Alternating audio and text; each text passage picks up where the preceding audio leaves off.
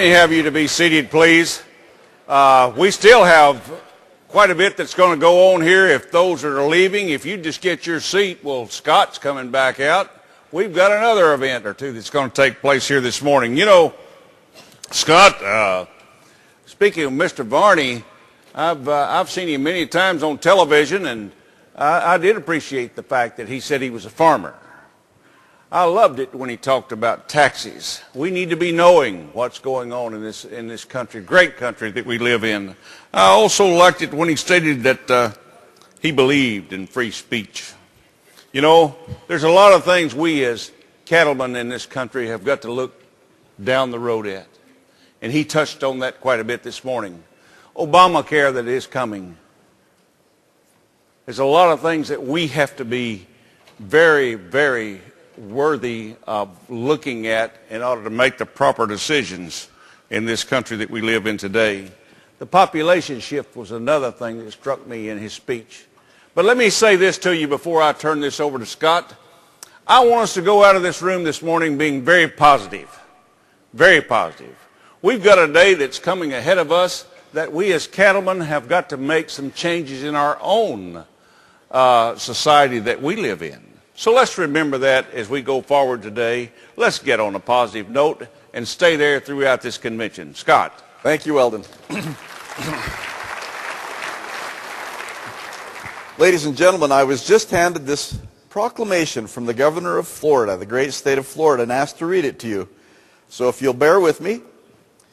Resolution, whereas the cattle brought to Florida in 1521 by Spanish explorer Juan Ponce de Leon were the first introduced into the present-day United States, and whereas Florida's rich and unique history of cattle ranching spans nearly 5 centuries, and whereas nearly 1/2 of all Florida agriculture land is involved in cattle production, and whereas Florida's cattle beef herd is valued in excess of $1 billion, and whereas sales of breeding stock generate a total economic impact of more than $900 million annually, and whereas much of natural Florida remains in the working landscape of Florida's cattle industry and cattle ranchers are excellent stewards of these precious lands, and whereas wildlife and native plant system populations thrive on Florida's ranch lands, and whereas healthy green spaces filter and recharge underground water supplies, now therefore be it resolved that the governor and cabinet of the state of Florida do hereby designate February 4th through the 10th, 2013 as Florida Cattle Ranching Week. Be it further resolved, the governor and cabinet of the state of Florida do recognize the rich history, economic impact, and role of Florida cattle ranching in environmental stewardship of cherished natural lands and wildlife, in testimony whereof the governor and cabinet of the state of Florida have hereunto subscribed their names and have caused the official seal of the state of Florida to be hereunto affixed in the city of Tampa this 7th day of February 2013. And it's signed by the governor and his cabinet.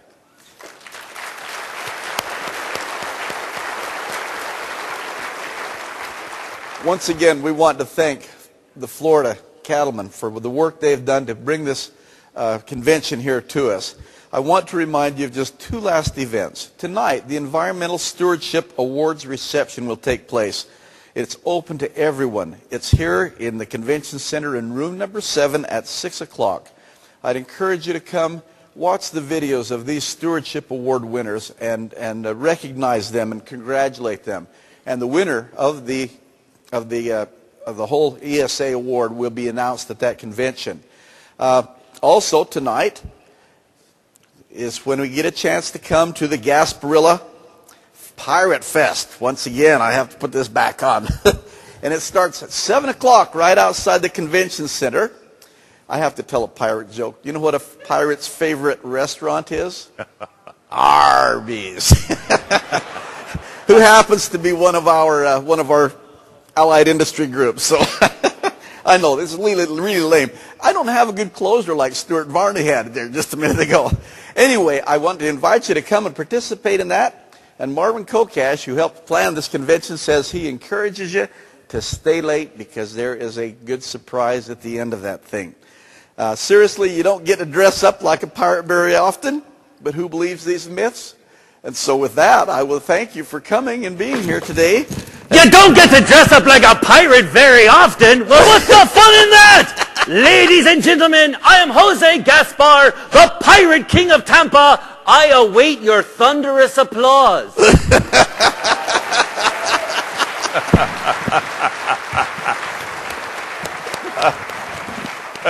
Pirate myth. All right, you landlubbers, weigh anchor and head off the stage. Go on with the both of ye. That's right, I'm Jose Gaspar, the Pirate King of Tampa. Why, I'm a beloved figure in the southwest coast of Florida. For years, me mates and I looted and pillaged and looted. You know, just having good old-fashioned piratey fun. And so we're remembered quite fondly by the people in this part of the world. They even throw us a parade right here in Tampa. Now, how long do you think that parade's been going on for? Let's see a show of hands. 20 years? 50 years? Oh no, ladies and gentlemen. We're right in the middle of the 109th Gasparilla Parade season. Let me hear an ooh. Let me hear an ah. You there, looking at your nails. I didn't get an ah. This is live theater. I can see you too. That's right. Now, some people say that Gasparilla's a myth. They don't believe that I was that dashing Hidalgo, a son of Spain with a weakness for the ladies, who got into a sword fight with the captain of a ship over the affection of the captain's wife. And so me and me mates went pirate after that, and we made the west coast of Florida, Tampa specifically, our home. Now, some will tell you that the Gasparilla stories actually start with a hunting guide named Juan Gomez, who around 1900 would entertain Tampa businessmen after they'd been hunting and fishing with tales of the Pirate King Jose Gaspar. Now, Juan was fond of the rum. And so as he was telling these tales, sometimes he would be Jose Gaspar's cabin boy, sometimes he would be Jose Gaspar's son, and sometimes he would be Jose Gaspar himself, which would have made him about 110 years old at the time of telling the stories. Now, the Tampa businessmen loved these stories, and they decided to incorporate them into the Tampa city skyline. And how they did this was, Tampa had a really dull parade, the May Day Floral Parade. And people would dress up their buckboards and their Model Ts with flowers, and they down the street, and everyone go, oh, it's really nice. However, two Tampa businessmen, one named Davies and one named Rory, and knowing the stories of Jose Gaspar, decided to juice up the floral parade. And the night before the 1904 floral parade, they started drinking and dressing up like pirates. And that morning, they rode in on horseback and at pistol point took over the floral parade. It was so enjoyable, Tampa's been celebrating it ever since. And it's not just one parade. Oh, no, no, no. It's 3 parades. First parade, children's parade, rated G. Second parade, the pirate invasion last week, PG. The third parade takes place this Saturday night in Ybor City. And if you want to see a bacchanal, that's the one to go to, because it's rated R. But don't take my word about it that I'm the Pirate King. I brought some of me crew. Deadeye, Bones, come on up, you lovers, come on up. Let's give them a round of applause, ladies and gentlemen. Let's bring those shy pirate boys up here. That's all the applause we get for that. Come on, you can do better than that. You can do better than just by yourself. I understand this is a rowdy crowd. Here we have Captain. Oh, the rowdiest. They work with cattle. cattle. You can tell. Look at this. Yes. Those are some of the strangest pirate hats I've ever seen in me life. No, I know. I'm telling you. It behooves you to look at them. Where's Bones? There he is over there. Bones, Hello there, Bones. We're taking over this place. Nobody go anywhere. Isn't that right, Captain? That's right. This is my first mate, Red Eye. That's me, Bosun Bones. Give him a round of applause, ladies and Take gentlemen. all the applause you've got there. Go right ahead there, Bones. It's Look good at to 'em. see you, Captain. Both of us are here at your service, sir. Oh, so good to see you both. Look at all these fine cattle people. Absolutely. Right. They're here because they've got a lot at stake. They've heard a lot about Tampa. It behooves them to enjoy themselves. But you know what? We got to show them that pirates aren't so mean and scallywaggy. I tell you what, why don't you sing the good people a song? Not going to do it. You're not going to signal. And No, sir. Pray. There's a reason why. And what would that reason be, the Mr.? reason is, Captain, we only perform for fellow pirates. Ooh, there is a clause in the Pirate Manifesto about that. Is there some way a loophole that we could exploit to... Absolutely. First of all, how many real pirates are out there? Raise your hand. A couple. Sure you are. We're going to take care of this, Captain. All right, then. All we have to do is make sure they take the pirate oath. Pirate oath. It's very simple. All you have to do is raise your right hand. Come along. If everyone does it, no one looks stupid. That's True. Well, not that guy. a couple of them, yes. Here we go, and repeat after me everything I say, all right? All right. All right. Not that part. Not that part. Now stop that. Stop that. That. Quit copying me. Copy me. I'm stupid. You're stupid. Ha ha. Or It was him. It was him. Come along, get those hands up. Here we go. I. Your name? Your name. Oh, they're pirates, all right. her. Do solemnly swear Do solemnly swear that I'll be a pirate, that I'll be a pirate, or I'll lose my hair. or I'll lose my hair. He's been fighting a long time. Long time. Slow retreat. Slow retreat. We hereby declare each and every one of you an honorary pirate. All we ask you to do is clap your hands and stomp your feet and have a final pirate time, but not yet. Start us off there, Bones. What shall we do with a drunken sailor? What shall we do with a drunken sailor? What shall we do with a drunken sailor early in the morning?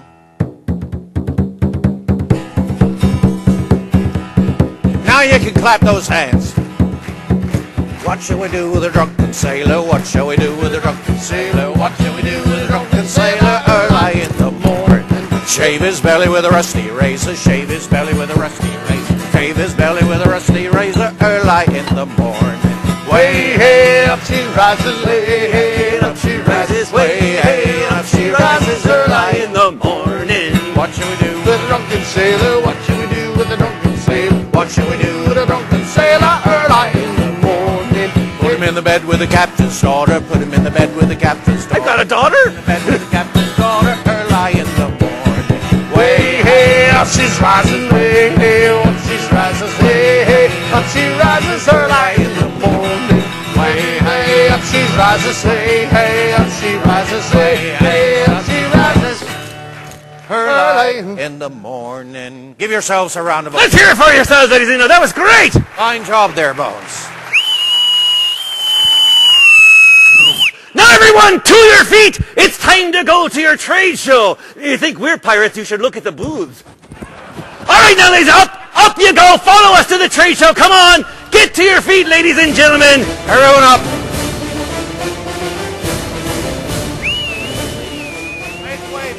Come on, this way. Ladies this and gentlemen, way. please join Stuart Vaughn.